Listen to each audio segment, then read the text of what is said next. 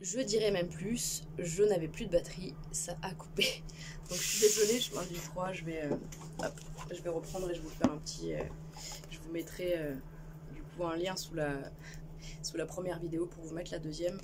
Donc on était en train de dire que avec cette énergie-là, en effet, il y a vraiment toute cette dimension du souffle divin qui revient, de ce verbe créateur, qui vient s'imprimer dans la matière, en fait. Vous avez, je pense, ressenti profondément avec Beth à l'intérieur de vous, comme on disait que c'était relié à la lune, au subconscient, peut-être une remontée de choses, d'émotions ou de mémoire, en fait. Peut-être même, ouais, de mémoire, peut-être même karmique, en fait, puisqu'on est vraiment, on peut être là-dedans aussi avec Beth, j'imagine. Ou transgénérationnel qui remonte, ben bref. Des mémoires en fait qui remontent, des trucs qui sont assez intenses et lourds et qui ont permis ou qui ont impliqué que vous deviez, que vous dussiez vous positionner et du coup peut-être en effet rééquilibrer, parce que P, pour moi il y a deux versions avec ce P là. C'est soit vraiment vous avez été dans des situations où vous avez vraiment eu besoin de rééquilibrer les choses parce que peut-être, je sais pas moi, des injustices ou voilà, vraiment quelque chose une nécessité en fait de s'impliquer pour ramener de l'équilibre par le verbe. Sinon ça peut être pour moi tout ce qui est relié au chant, en fait, chant sacré, les prières et tout. Peut-être que ça peut être aussi dans cette version là. Mais en fait, je suis tellement bien connectée au mois d'août parce que justement Beth, elle est là en train de me baigner de tout ça. Je me sens fécond, je me sens inspirée, j'ai envie de chanter en fait, toute la journée j'ai envie de chanter. Ça peut être carrément ça, honnêtement ça peut être ça, parce qu'en plus derrière vous avez, s'il vous plaît quoi, mais franchement il est juste magnifique en fait votre mois.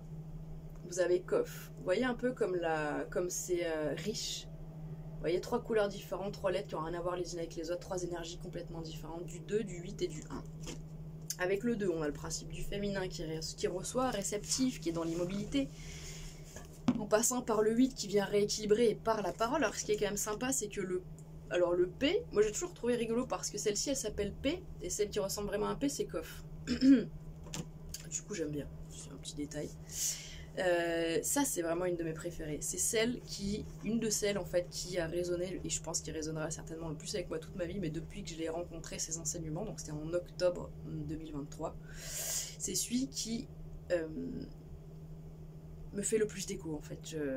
J'ai pas les mots en fait, parce que tout ce qui me traverse et tout ce que je ressens quand je lis et quand je me connecte à cette énergie, c'est trop. C'est trop. Donc je vais essayer de garder mon calme pour vous parler un peu de Kof, qui est cette énergie très intéressante en fait, qu'on va pouvoir mettre en lien justement avec celle qu'on a vue pour votre mois de juillet. Vous aviez eu Tsadé la 18e, là on a cette fameuse 19e, d'accord? Avec Tsadé au mois de juillet, vous aviez eu tout ce truc de la plongée émotionnelle, peut-être du subconscient qui remonte, des bouleversements, un mal-être émotionnel, un truc que vous n'arrivez même pas à cerner, à comprendre pourquoi et tout.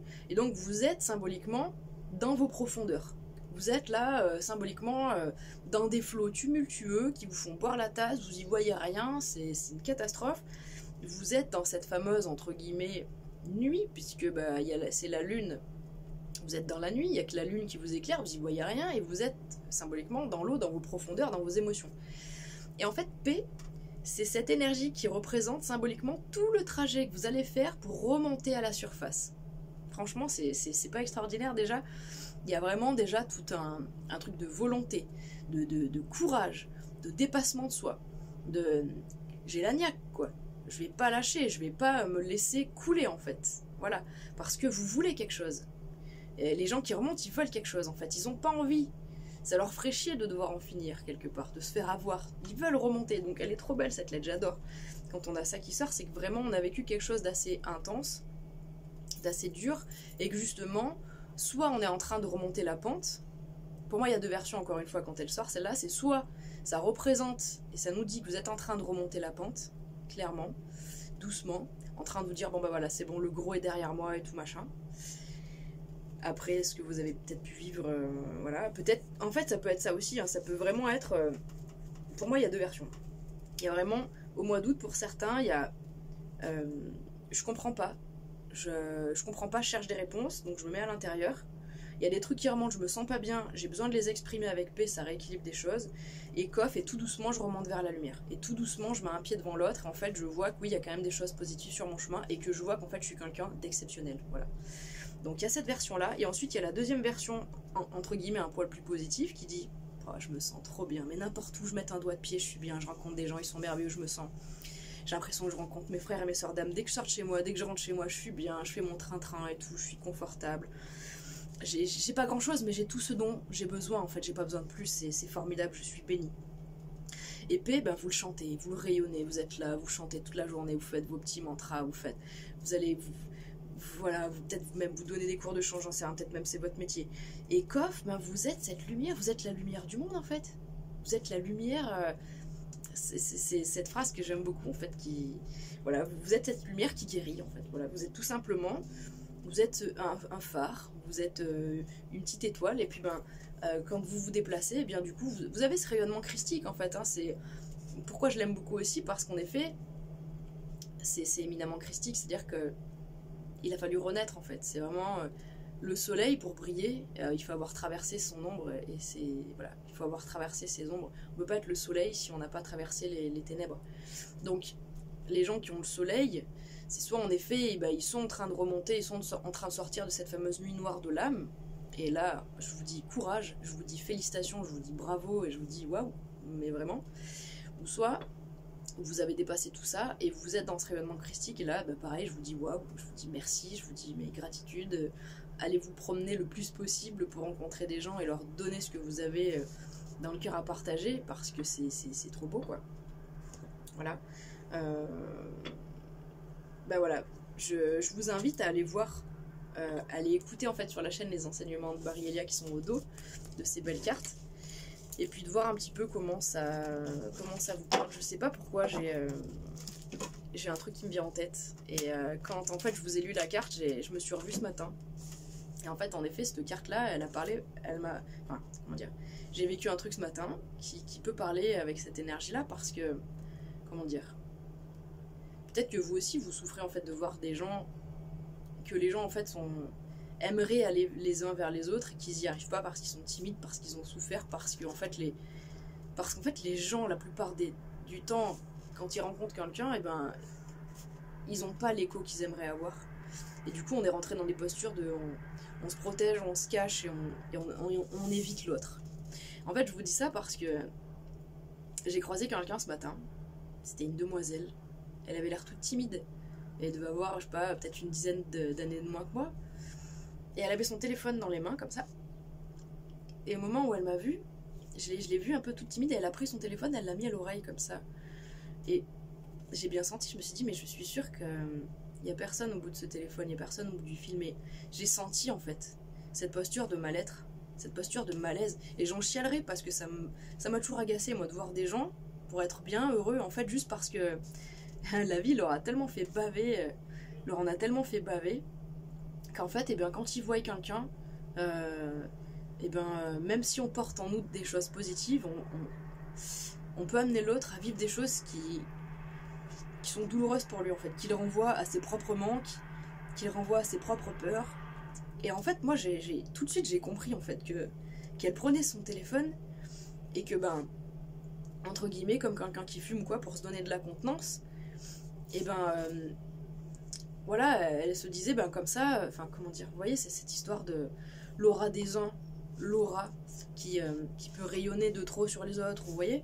Et je l'ai senti en fait, j'ai senti ce truc là, je le sens depuis mon enfance, ce truc là, c'est terrible de vivre avec ça, de voir en fait qu'on peut mettre l'autre mal à l'aise alors que c'est la dernière des choses qu'on souhaiterait.